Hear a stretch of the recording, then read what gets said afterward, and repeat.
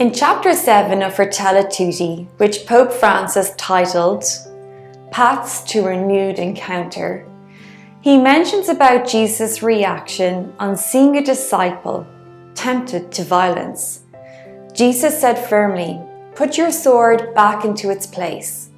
His reaction, which sprang from the heart, bridges the gap of the centuries and reaches the present as an enduring appeal. Differences or conflicts exist. People have used war and the death penalty as solutions, but they have not resolved problems. In fact, they ultimately introduce new elements of destruction in the fabric of national and global society. War negates human rights and assaults the environment. True integral human development necessitates avoidance of war. With increased globalization, what appears as an immediate or practical solution for one part of the world initiates a chain of violent and often latent effects that end up harming the entire planet and opening the way to new and worse wars.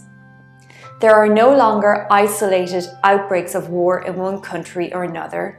Instead, we are experiencing a world war fought piecemeal, since the destinies of countries are so closely interconnected on the global scene.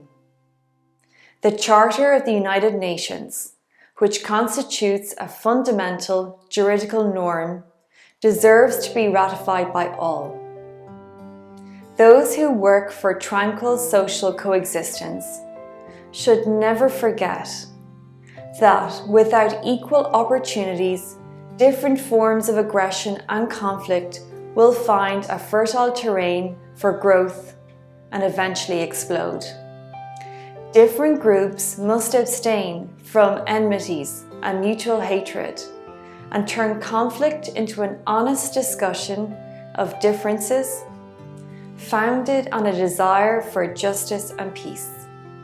All Christians and people of goodwill are called to work not only for the abolition of the death penalty in all its forms, but also to work for the improvement of prison conditions, out of respect for the human dignity of persons deprived of their freedom.